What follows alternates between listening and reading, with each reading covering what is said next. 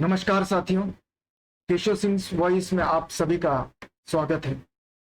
जो नए हैं वो सब्सक्राइब करें, बेल आइकॉन को क्लिक करें ताकि जो भी नई वीडियोस हो वो आप तक जल्द से जल्द पहुंचे। दूसरी चीज, मुझे लाइक या डिसलाइक से कुछ लेना देना नहीं है, व्यूज से कुछ नहीं।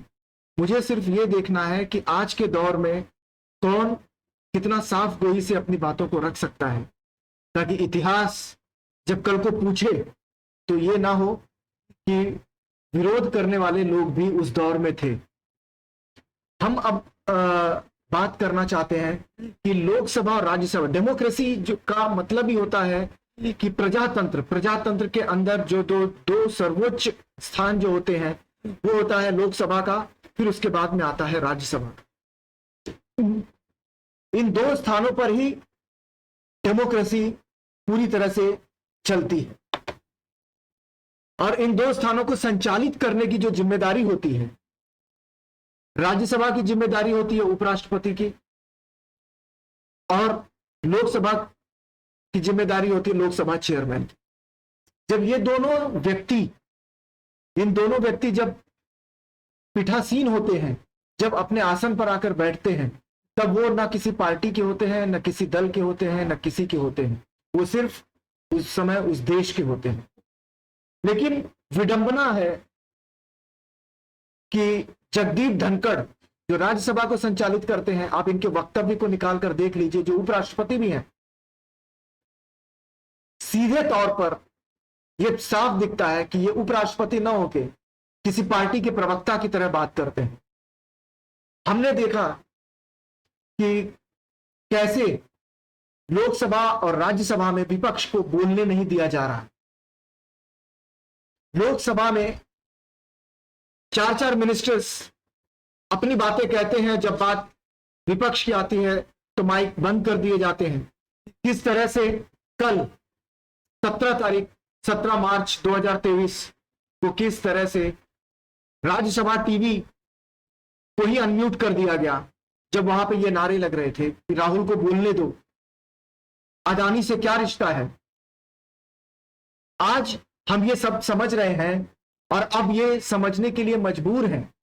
वो अलग बात है कि आम जनता शायद इससे सोचे कि उन्हें इससे कुछ लेना देना नहीं है, कि अदानी से क्या लेना देना है। अदानी आज रक्षा क्षेत्र में भी घुस आया है और अदानी के पीछे पीछे बाहर से जो पैसा रक्षा क्षेत्र में आया है वो सही नहीं है। और अदानी का रिश्ता भारत सरकार से क्या है, इस चीज को भी जानना है और ये तभी मुमकिन होगा जब इसकी जांच होगी।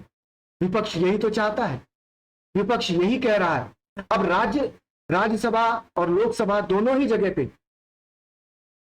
मुझे लग रहा है आजादी का हम अमृत काल मना रहे हैं और आजादी के 75 सालों में यह पहली बार हो रहा होगा जब सत्ता पक्ष खुद सदन ना चलने दे।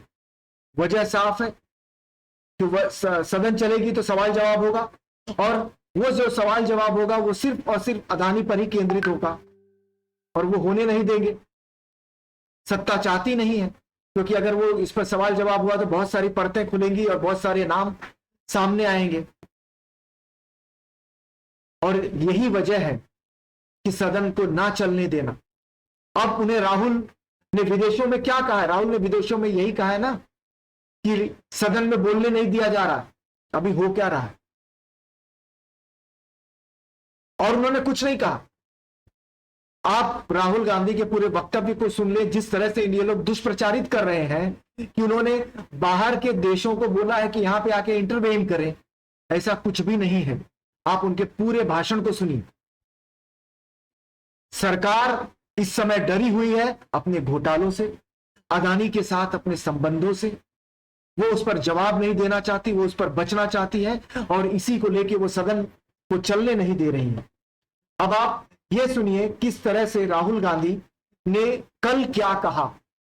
मतलब 17 मार्च की शाम को उन्होंने प्रेस कॉन्फ्रेंस में पार्लियामेंट किया। मैंने स्पीकर से कहा कि मैं पार्लियामेंट में बोलना चाहता हूं, अपनी बात रखना चाहता हूं। सरकार के 4 मंत्रियों ने मेरे ऊपर आरोप लगाया है, हाउस में आरोप लगाया है, तो मेरा हक है कि मुझे पार्लियामेंट हाउस में अपनी बात रखनी देनी चाहिए। मैं होपफुल हूं कि कल मुझे बोलने दें। सरकार और प्रधानमंत्री जो अदानी जी का मुद्दा है उससे डरे हुए हैं और इसीलिए उन्होंने कल सदन जैसे 1 मिनट में बंद कर दिया गया, स्थगित कर दिया गया, क्योंकि उन्हें पता था कि वो कह रहे हैं कि अगर राहुल गांधी के ऊपर 4 मिनिस्टर्स ने लोकसभा में अगर देशद्रोही होने के आरोप लगाए हैं, तो उन्हें जब आरोप सदन में लगे हैं तो सदन में एक पार्लियामेंटेरियन होने के नाते उन्हें जवाब भी सदन में ही देना चाहिए।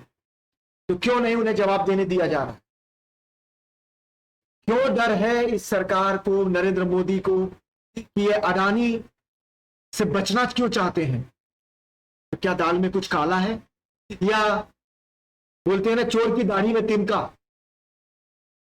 कि जब तक आदमी चोरी नहीं किया रहता है तब तक उसे पूछिए नहीं, अगर चोरी किया है, नहीं किया होता तो जांच से फिर डर क्यों? लगा देते ऐसे 4-5। आप अभी आज तक इतना सब होने के बाद भी मनी लॉन्ड्रिंग का केस, मनी लॉन्ड्रिंग के भी इसमें निकल के आ रहे हैं कि इनके साथ हुआ है, इन्हें अडानी ग्रुप में, लेकिन फिर भी आज तक ईडी वहां नहीं पहुंची है। ईडी वहां पहुंचती है जहां विपक्ष के नेता के ऊपर अगर जरा सा भी अगर कोई शक होता है तो ईडी वहां पहुंच जाती है। कल मुझे पता चला किसानों के एक जो हिमायती है या नेता है या जो भी कहें, देवेंद्र शर्मा को ईडी ने आज पूछताछ के लिए बुलाया है, क्योंकि किसान वापस से एक बार आंदोलन की तैयारी में है। तो ये अब होना है, ये होगा, क्योंकि ये सरकार हर वो मुमकिन कोशिश करती है जिससे आंदोलन को कुचला जाए, उसे दबाया जाए। तो वो हर वो आवाज को बंद कर देना चाहती है जो उनके खिलाफ, जो उनके विरोध में उठ रहे हैं। ये सिर्फ और सिर्फ देश में नफरत की आग फैलाकर उस पर रोटी सेकना चाहती है। और हम देशवासी कब इस बात को समझेंगे? अगर कांग्रेस ने कुछ नहीं किया तो बीजेपी तो और भी जहर फैला रही है, लेकिन हमें तो चुनना तो इन्हीं में से है। तो क्यों ना हम अच्छे व्यक्ति को चुने, अच्छे इंसान को चुने। मैं उम्मीद करता हूं कि आप सभी ने यह पूरा वीडियो देखा होगा और समझने की कोशिश कर रहे होंगे कि देश में यह चल क्या रहा है। लोकतंत्र के नाम पर जो ये